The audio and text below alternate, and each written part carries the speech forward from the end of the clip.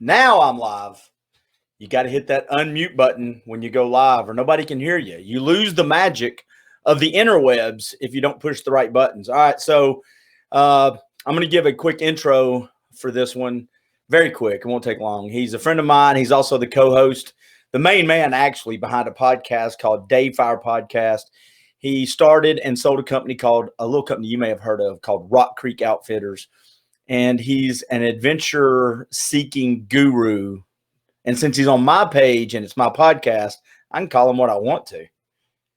And here he is, ladies and gentlemen, Dawson Wheeler. What's up, man? Hey, man. How you doing? I'm good. It's funny, and I'm making sure I shared this everywhere. Yeah, we're shared everywhere.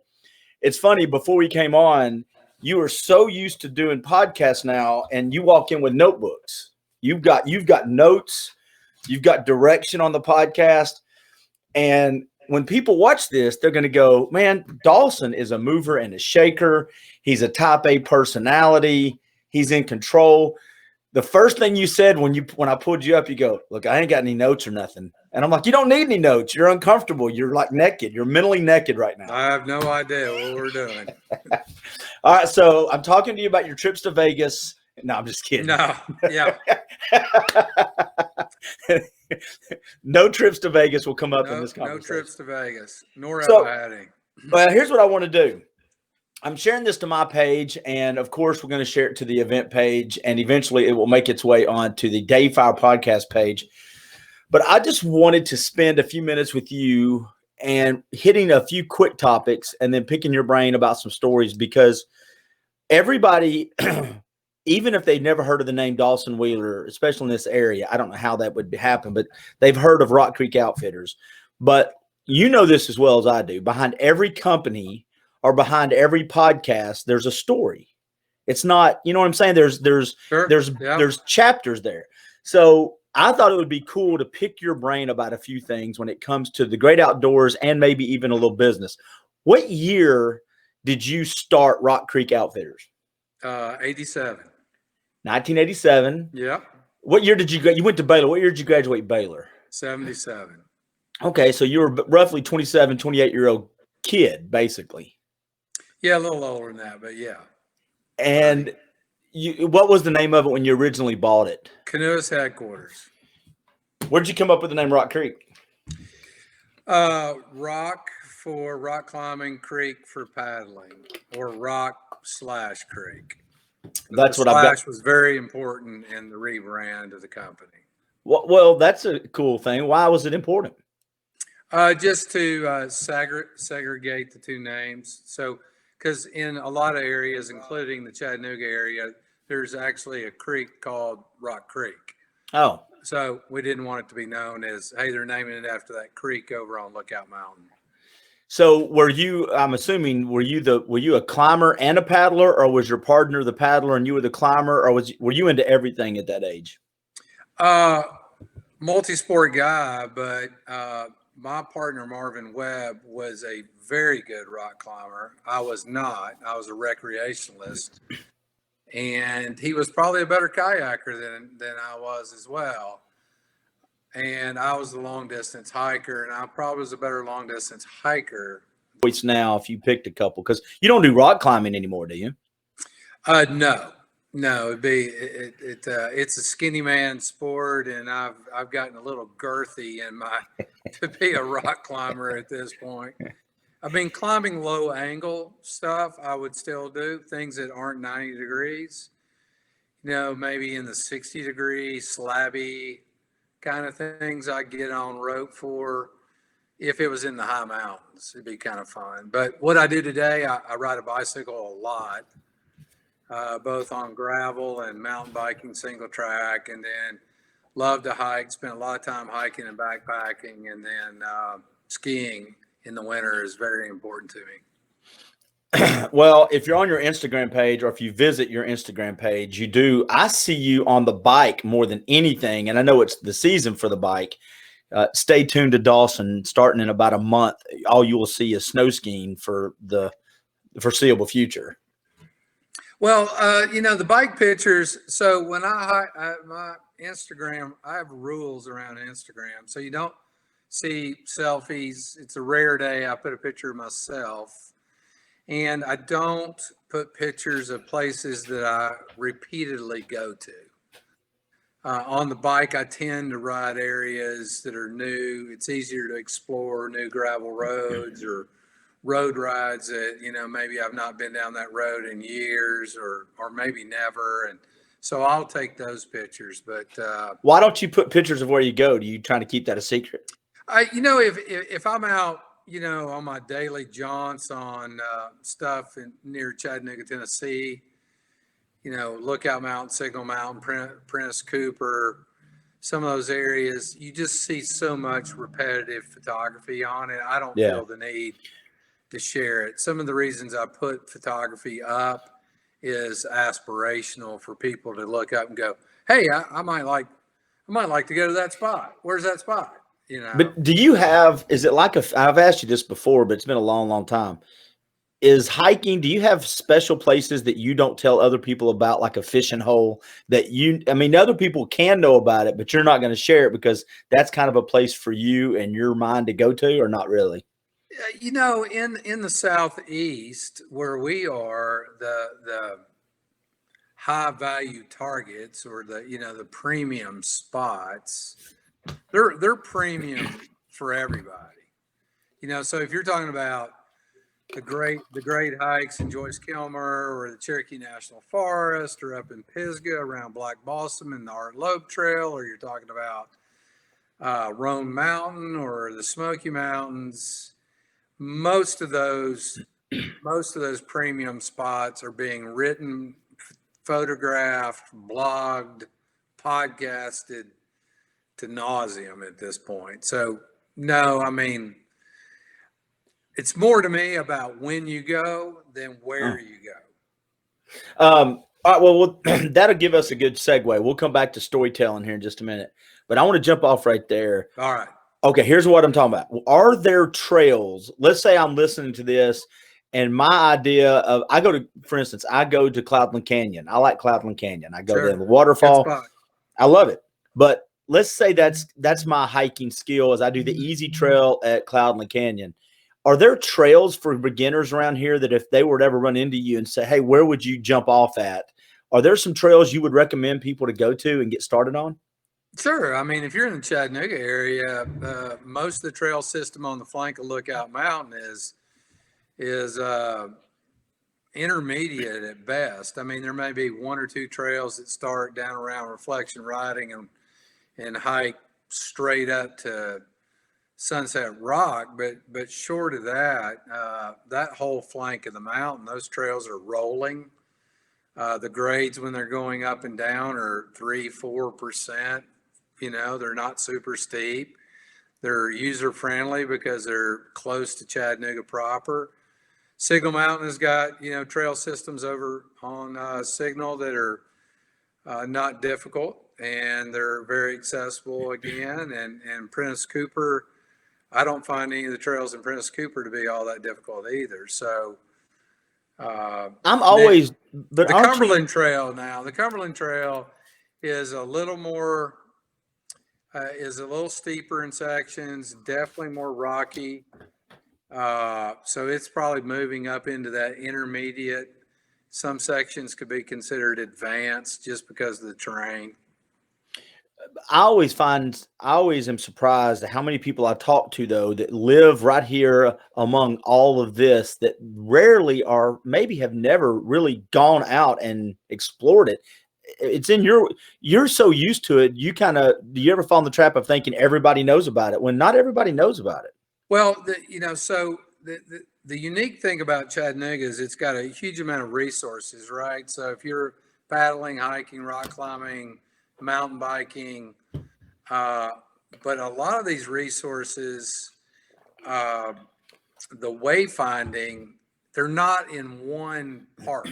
Like we don't back up to the Smoky Mountains, or we don't back up to the Cherokee National Forest. So you can't go pull the Cherokee National Forest map and that be a comprehensive resource, or you can't go pull a map of the Smoky Mountains, which again would be a very comprehensive resource. Prentice Cooper is a state forest.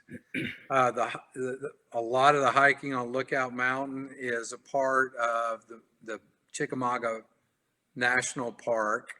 So some of the hiking over on Signal is part of the Cumberland Trail.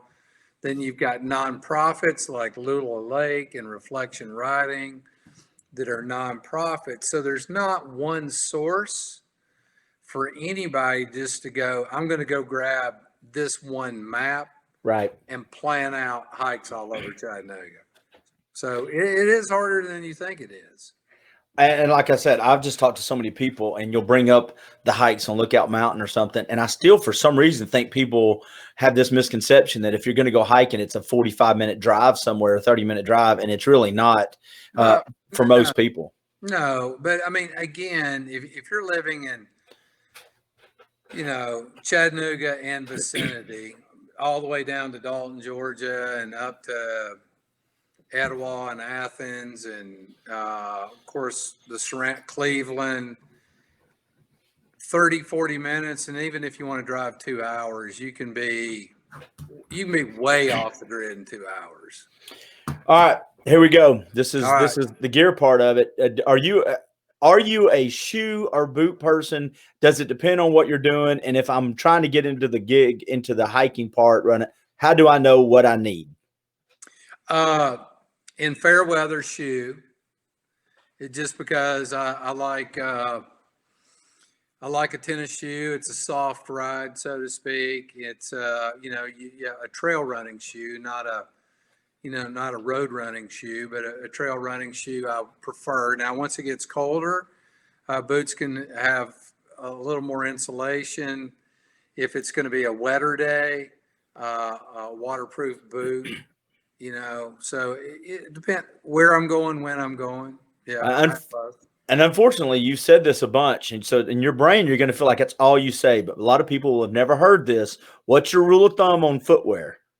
If you find a piece of footwear you really like for an intended outcome, buy more than one pair at a time. You've learned that the hard way. Buy 2 or 3 pair. Well, I mean, manufacturers tweak everything probably to nauseum. And so if you've got something that works well, I mean, remember when you're running and hiking specifically, your boots are, those are your tires. That's what's taking you there. Hey, let's do this. One of the things I'm going to do, I've got a list of questions, but if we do get comments or questions, I'm going to put them on the screen here.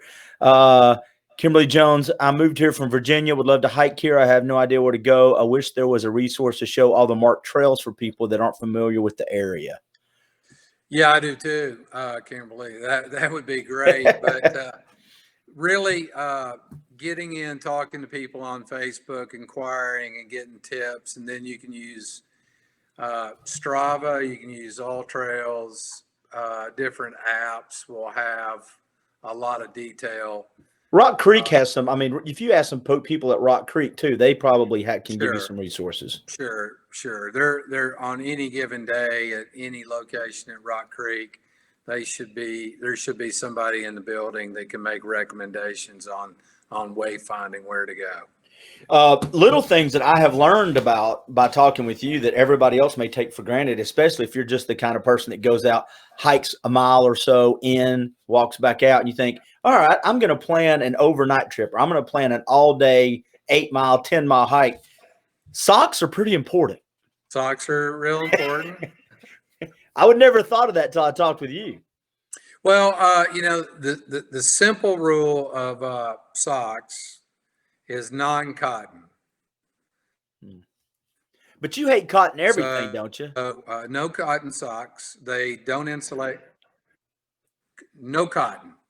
Cotton in the back country, side country, on trails is not a good thing. It doesn't dry quickly. It doesn't wick moisture, and it has no insulating properties at all. So, running nylon, synthetic shirts, bottoms, wool, merino wool, great choice, especially this time of year. Merino wool t-shirts, long sleeve shirts, things like that. What does it mean to layer? I mean, common sense tells me, but what does it mean to layer? Why is it important, and when should you do it? What's it? Well, You know, layering is yeah, just like clothing. layering is just what the word implies. It's more than one layer. So if you go out on a hike and you've got a t-shirt on and a big heavy coat, then if you take the big heavy coat off, you go from being in a very warm insulated coat and now you've got a t-shirt on. And there's that middle ground, right? Mhm. So layers where you have 2 or 3 garments on, you can literally take the third garment off and now you have 2. Then you can take it and go down to what they call base layer or a t-shirt. So you've just got a lot of flexibility. But that's why it's important to pick stuff that's kind of light. Because I'll be honest, the scenario you just painted, I'm the guy that does the t-shirt and the jacket, and it's cool. And by the time I heat up during the middle of the day, if I'm out hiking, I'm now lumbering this big, thick, heavy coat around. Yeah, and you just don't have any range of temperature control. You have super cool because I have a t-shirt on a cold day, and then or I can put this big puffy on, and I don't have any middle ground. So I tend to layer, and one of those layers should be wind resistant. So some kind of wind proof jacket or vest or something like that. Because wind, even on a 55-degree day, with the wind blowing around, it can be very cool if you're not blocking the wind. We talked about this on the podcast today. Me and you just recorded a day fire that'll come out this Friday. Yeah. Sunscreen and chapstick is pretty important if you get out and even if it's cold outside or cool outside, if you're up high or in the open sun, it'll get your gourd a little bit. Well, as you get older, you're going to find yourself heading toward the dermatology people, and you're going. And for anybody that is over, 45 years old that grew up in the high suntan era, you're going to get fussed at by your dermatologist. So yeah, sunscreen, I think, even in the dead of winter, it's good. Face, head. If you want to save your skin, it's pretty. Is there a brand you use or not? Really? Things above 30 SPF, and then what is the brand that I normally go with? Not Bullfrog. There was one you mentioned a long time ago because of the scent. I don't take any scented sunscreens into the backcountry. So your Hawaiian tropics and things like that you would be inclined to use on the beach that make you smell like pina colada or cocoa butter is probably not good in bear country, right? See, but I think stuff like that, most people that are planning this, even if they don't think on those lines. But now there's an Australian brand that is my go-to, and it's called Blue Lizard. And yep. you will have a hard time probably finding it in a store, but you can buy that online. And it is by far, it's a one application, stay on all day. So it's great for the backcountry. Put it on your way out of the car and go. But I mean, we're getting in, all day on a bike or skiing or things above timberline, when you're really going to be exposed to sun. Yeah, I think you ought to be dealing with your head. This is a question that I've never asked you before, and it's okay if you kind of giggle at me. I'm good at asking the dumb questions. Is there a place I could go if I'm going to start planning these, but I don't have a lot of experience with plants or animals? I know it sounds weird, but if you're going to start planning to go out a bunch, there's certain things that you need to kind of know what to do, what not to do, what plants to touch. Is that something I should look at the Nature Center for, or, is it reflection writing, or is there just YouTube videos? How do you learn that kind of stuff before you get out there? Well, I don't know what iNaturalist is an app that people have. So with iNaturalist, you can take a picture of a plant when you're out in the outdoors, and then it'll identify it for you. So while you're moving around where you have cell coverage, iNaturalist is a great plant. General rules of thumb, though, there are a couple of plants in the southeast that you would want to be aware of: poison oak, poison ivy, stinging nettles. Those are a couple of things you don't really want to bump into for sure, right? And then, And if you're new, I'd go on Google, take a screenshot of that, and leave it on your phone. So when you go out, you got it. You know what it looks like. yeah, and then from a foraging, even the obvious blueberry, blackberry, raspberry. If you are not familiar with a berry, you don't want to just go throwing something in your mouth because you think you saw it at the grocery store. Yeah. And then from a wildlife point of view, I think in the southeast, it's always important to know we have a handful of snakes here. Most are not poisonous, and really in our zone, really two main poisonous in the snakes: the rattlesnakes and the copperheads. Rattlesnakes are pretty bashful animals, or reptiles, and copperheads are kind of the yellow jacket of the snake kingdom. They're pissy, So You had a run-in with able to one, identify those guys. didn't you have a run-in with one about a month or so ago? With the rattlesnake, but Oh. he or she was a very big, old. I bet the snake was 15 years old. Rattlesnakes live a long, long time, and definitely rattling, but really just saying, "Hey, I'm over here. You don't need to come over here. You need to go about your business and leave me alone."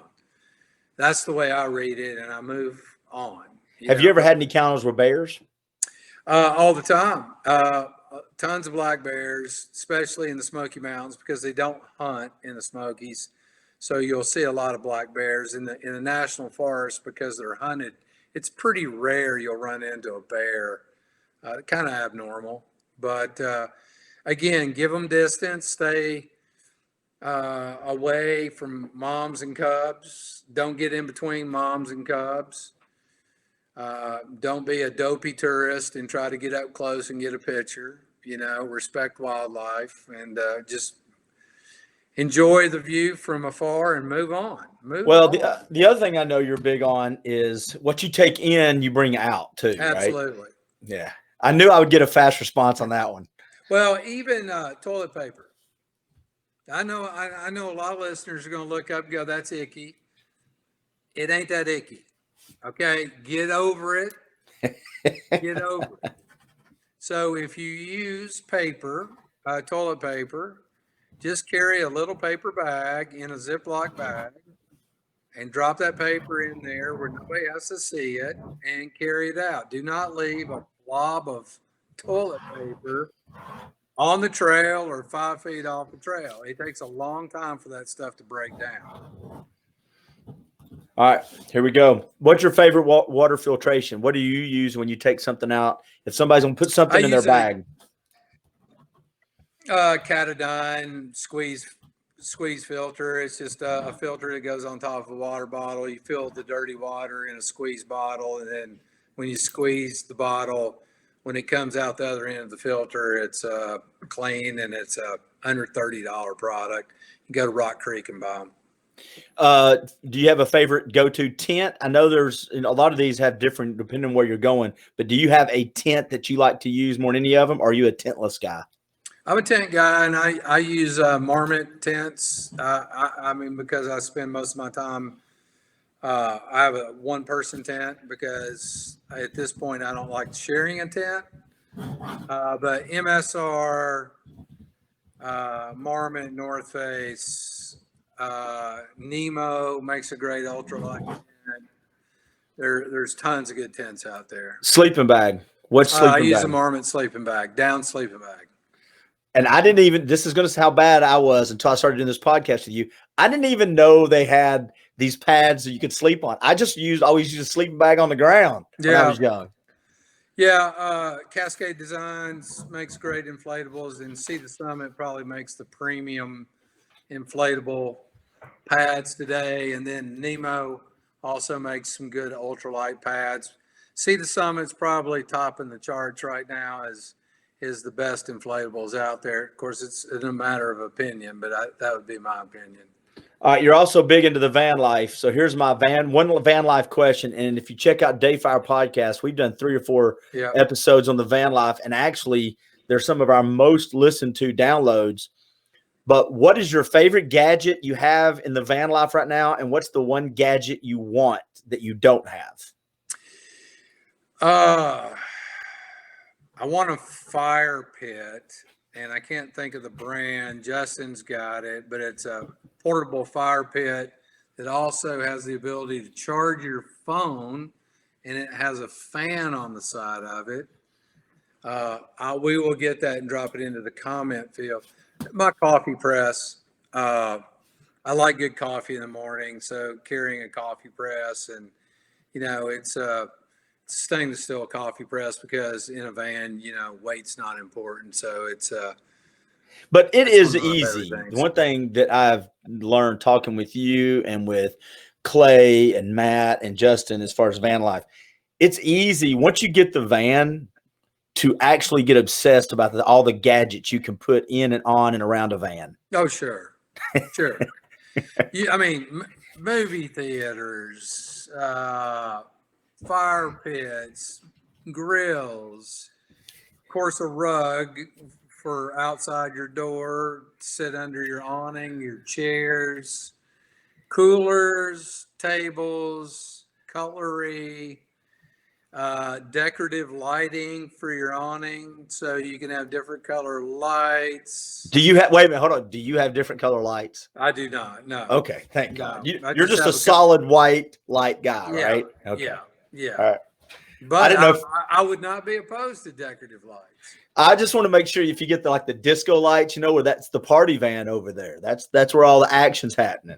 It's just it may be just saying come visit me more than I want somebody to come visit. Well, and that's I have this to ask you about. You're a very personable guy. You have a lot of friends, but when it comes to things outdoors, I know you've got your buddies and your wife, of course. You like doing stuff with people, but I think you prefer solitude when you go out. Well, of course, in the van when you're camping in the front country and campgrounds, you're not gonna gain solitude on that experience. Right.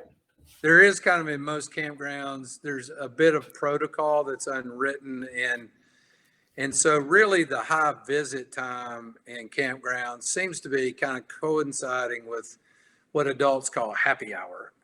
So between boys and girls, 4 and 6:30 in the evening, you'll get a lot of people taking a stroll, and you may see a van you like, you may see a pull behind camper, and somebody's out there and you wave. You go over and maybe take a tour. But when you go out on your hikes, though, you like being alone. I mean, Sure. Why is there something you get from that? Is it a pace thing? Is it a mindset thing? Is it a habit? Why is it? What about being alone do you like so much? Well, it's taken a lot of time to get comfortable with being alone, hiking in the backcountry. But currently, my favorite time to hike is Monday to Thursday because of crowds. Mm-hmm. Because I love going to some of these popular areas, like up in the Smoky Mountain National Park. In those areas on Saturdays and Sundays and even Fridays, they're just busy. So when you start going in the middle of the week, it's hard to find partners. So it probably started that way. And now you talked about pace. So when you're alone, you go at your pace 100% of the time. Now that can be good or bad. Sometimes when you're with somebody, if you're lollygagging a little bit, they can kind of usher you along like, hey, we got to kind of get with it and get on up the trail. But, it's a nice time to think. And well, I mean, is that what you do? I mean, you come across, I mean, you're a type A guy, especially in the business world. We don't think that much. I just walk around in a void like a cow chewing cud, I mean, it's just a big blank look coming off my face. I'd like to say that I'm having these great philosophical thoughts, but I'm just in a big white room out there in a void. I don't think people are like, what are you thinking about? I'm like, absolutely nothing. My left toe hurts. That's what my I you might be know. thinking about Chick-fil-A, like I when get I some get back to the pizza car. and beer. Yeah. It's funny now that you say that because we had Holly Brock on the Day Fire podcast a couple times. We Yeah. talked about finding the spiritual side out there.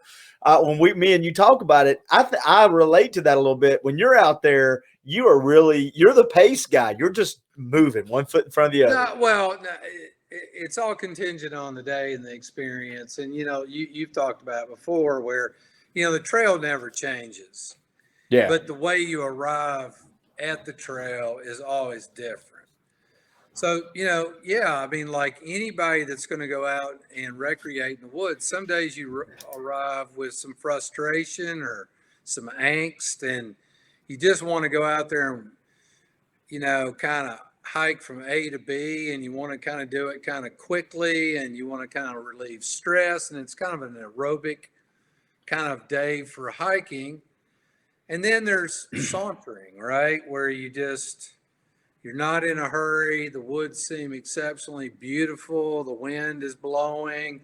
Temperature seems to be conducive for your day. And those are days of thought, right? Okay, so my question is when things go bad in Dawson's life, because I've known you for a while and there's been times that have been kind of bad. And like everybody else, you've had things in your life that are really bad at times. Do you crave getting outdoors? Is that a place as soon as things get kinked up over here in this side of life, do you think I need to get out? I need to go. Sure. I mean, to the point where about 3 weeks ago, I was trying to round up a group of people that would have left 2 days ago, Monday before election Tuesday, and we wouldn't come back till tomorrow, Friday, just because of the whole Crap. The national elections have just become so traumatic to me. Yeah. Like, I don't even want to be around. Cutting the TV off is not, because I'm looking at a blank TV, it's going to be like, hey, cut me on, check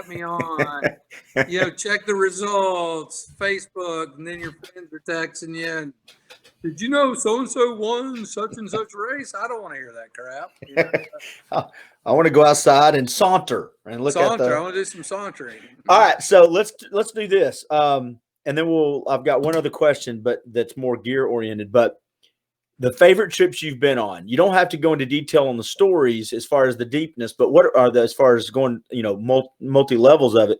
But what are a couple of the favorite big trips you've been on?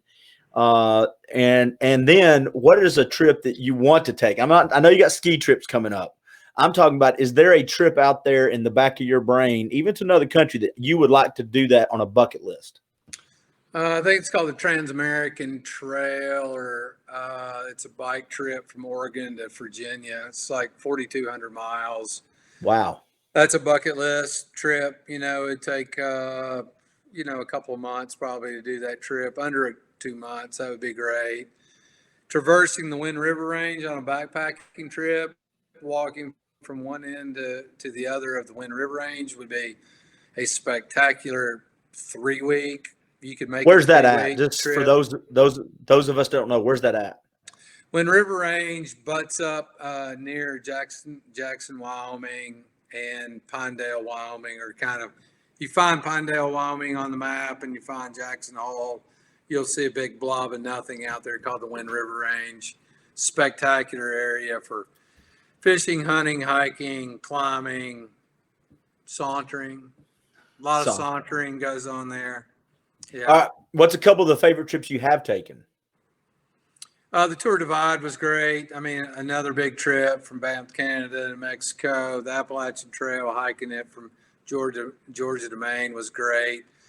A shorter trip, but, a week-long trip. The High Sierra Loop in Yosemite and Tuolumne is a spectacular 4 or 5 night trip, like premium trip. You need a permit. They're kind of hard to get. Go at the end of September. There won't be that many people. But, yeah, that's a premium spot. How long do you go on your ski trips every year? Has it gotten longer? It used to be a couple of days. Now it's a couple months. What are we doing now? with the ski trip? 6 weeks for sure. Yeah, 6 weeks for sure. And then after that, we'll see. And your goal every year on these ski trips, you start planning it, September-ish, October-ish, even August sometimes. But your goal is to always kind of work in a few places you don't get to go too much, or you've never been, or do you go to the same places every time? Well, I mean, skiing is expensive, at least for me. So you have to try to be as frugal as possible with a non-frugal sport. So I'll definitely buy a Epic Pass, which is part of the Vail network. And Vail Resorts has, all the Summit County, Colorado resorts, Keystone, Breckenridge, Vail, Beaver Creek. Telluride's also on that pass. Park City's on that pass. Whistler and Blackcomb up in above Vancouver are on the pass. So the other ski pass is called the Icon Pass, and it's got the rest of the resorts really. Well, not all of them, but a lot of those resorts, like Aspen is on there, Aspen Mountain. But you kind of return to some of the same. I like a lot. I always want to do some of the small resorts in Colorado. So like Wolf Creek is a spectacular small resort. Cooper in Leadville is a fun day or two. Very interesting. Monarch down near Buena Vista and Salida is a cool spot to go. Well, I get this text last year from Dawson while he's out, doing a ski thing, and we had saved up some podcasts that we could put out. But I get this text of a horse. Was a horse race, or they were pulling ski. Let me pronounce this right. Ski jour, I think is how you pronounce it. So it is a race course that has some jumps along the way and some slalom gates like skiing. And the skier or the snowboarder is pulled with a big hemp rope behind a horse. Typically at a fairground, and there's always carnage. So we were in Pagosa Springs, and they have a circuit of these races. There's one in Leadville, Steamboat Springs, Pagosa Springs are the ones that I'm familiar with. If you're ever out west and you can go see one of these events, do it, dude. It's straight great. Yeah. Hey, what's the scariest thing you've ever done? Is it a ski trip? Was it a rock climbing thing? What's the thing that made your Dawson Wheeler's adventure at heart navel pucker? What was the navel pucker moment? I was always, and still to this day, water scares me the most. Oh. So we had a big event on the Colorado River in a canyon called Westwater Canyon. That no question was the single biggest puckering event that I've been a part of. But I was never a great kayaker, and when I was at my best paddling an open canoe in a kayak, my ego was probably cashing some checks that I couldn't really afford to cash. So I've had some scary events on the Chattooga River on Section 4. I've been spooked out in the ocean a couple of times. So I would just say things. Wait, spooked in the ocean? Animals or waves out in the ocean? Well, I've been a little too far out in the ocean in a kayak and with a paddleboarder and seen some pretty big sharks underneath us. They were minding their own business, but you don't believe them. It's not like we're having a conversation. Hey, like you really aren't going to bother me. Like you got a deal worked out with them. We don't have a deal worked out. So I've seen grizzly bears in the wild, on the Tour Divide. How big were those grizzly bears? Are they? Oh, they're a furry Volkswagen. They're pretty big animal. Well, I guess a year ago in the Tetons we got to see a grizzly minding its own business about 50 yards away, and Oh. snacking down on berries and stuff. But And people don't understand they can close that 50 yards in about 10 seconds, pretty quick, 15 seconds. Faster than any Olympic sprinter that has a gold medal. Yeah. So any Olympic sprinter you can line up next to a grizzly, the grizzly will win every time. Well, and the key there too is the sprinter too. Eventually, that bear is probably going to be able to outlast him just a little bit too. Well, you got to remember a home range for a grizzly bear is about 50 square miles. Oh, so wow. They spend their days wandering big territories. Do you like podcasting? I do. And the funny story, and you've heard it, but in all my years, so I owned Rock Creek for 30 years. It took 27 years of a local radio host named Jeff Stiles, that we both know, who ran a talk radio show trying to get me to come in and be on mic, and I dodged him for 27 years. So to that point, if anybody's ever known that about me, you wouldn't believe that I'd be comfortable doing a podcast. Yeah. And now I love it. Now, my mother was a national storyteller. Well, and you have that too. Now that you've freed yourself up from the anxiety of it, you have the natural storytelling too. That's one of the things that you're good at. Yeah. And, podcasting is different than radio because it's, this show is live, but normally our Dayfire podcasts are pre-recorded. So if you really stumble, you can fix it. Yeah, it also, though, allows you the opportunity to do what you say about the outdoors. Sometimes you can go at a quick pace, and then sometimes if you get in a good conversation, you can saunter and stay in that same topic and kind of explore where it takes you. And I don't think you get to do that on radio because you got to get to the next commercial. Yeah, you're going to be in a 24-minute segment or a 12-minute segment, and it is what it is. Yeah. Yeah. Well, I wrote this down. It's funny you said that about the water stuff being the naval pucker moments for you. If you want to know what Dayfire is about, we've had tons of guests talk conservation, land management, taking care of the environment, creek boating, which are crazy people. The guy that ran across America, what was his Ricky Gates? What was the young girl's name who she had kayak down the Yukon? She had ran Lizzie. She'd done all these crazy things. Like by the time she was 19, 18. Yeah, I think she hiked the Appalachian Trail and the Pacific Crest Trail before she was 18 years old. She was the youngest person to do both by that age. We've talked to people about ice climbing. Basically, that's when waterfalls freeze and they go climb it. We've talked to Navy SEALs. We've talked to local people that are putting together parks. We talked to Bobby Fulcher. Paddling from Cuba, Ben Freiberg. From Cuba to Key West. Get your head on that one. Absolutely. And the stories he had about that. We talked to Bobby Fulcher about not only the Cumberland Trail and the Cumberland Plateaus, but the music that went into that. How about the ultra swimming lady? Oh, yeah. Oh, man. She's from here. She's Chattanooga, isn't she? Isn't she from Chattanooga? Yeah. Yeah, I think she is. Well, because some of these guests we interview are from around the country. And the one the other day that was not in there to talk about it, but he said there's this sport called sink boating. Squirt.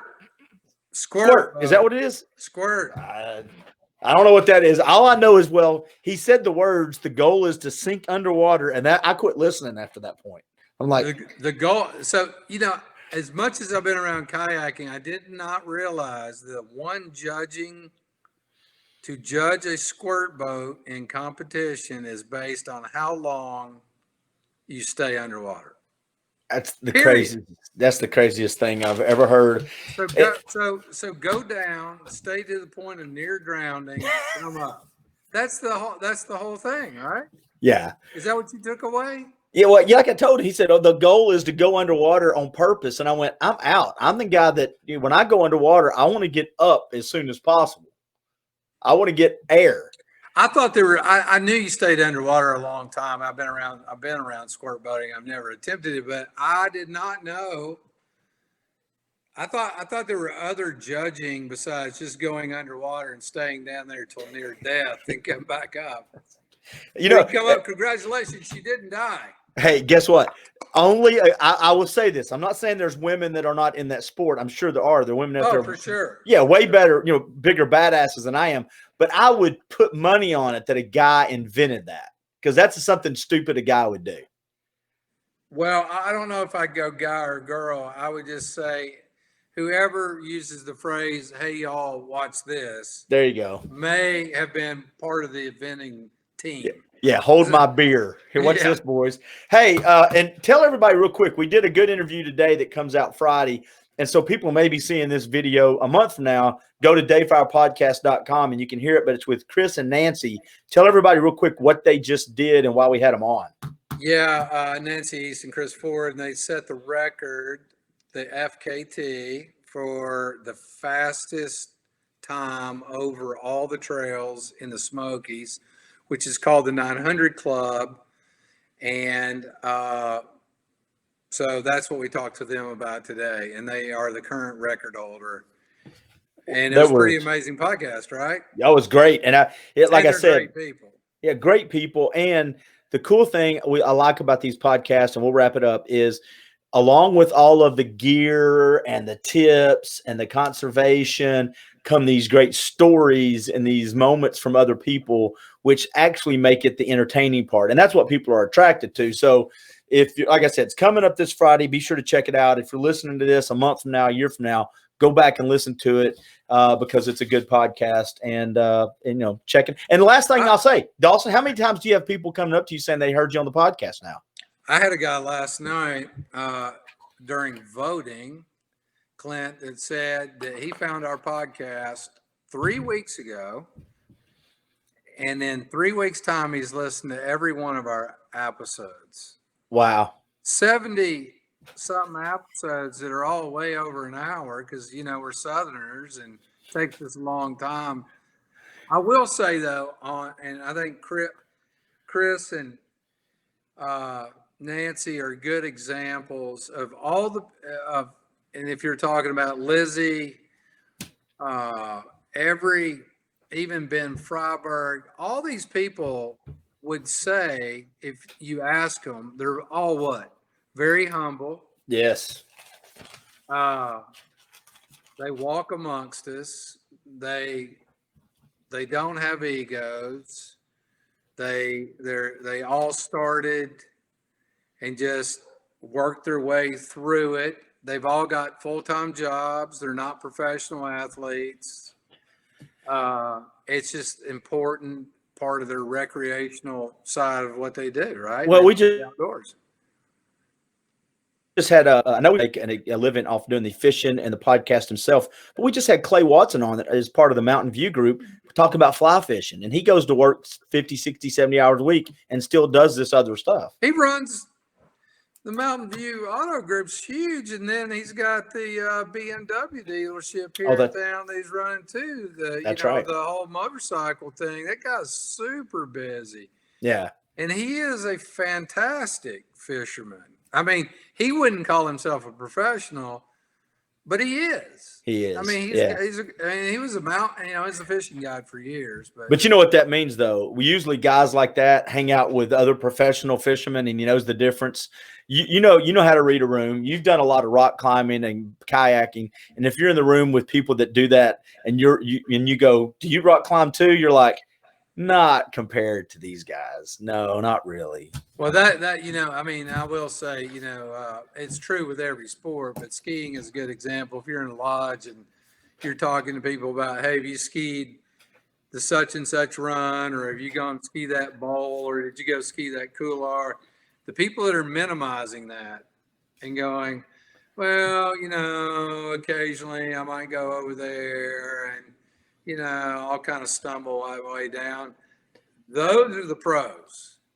The guys that are over there flapping their wings like a chicken in a barnyard, maybe not. Right? Maybe not. I'm going with the soft-spoken people, right? Yeah. They're soft spoken, but they're doing the hard stuff right. All right.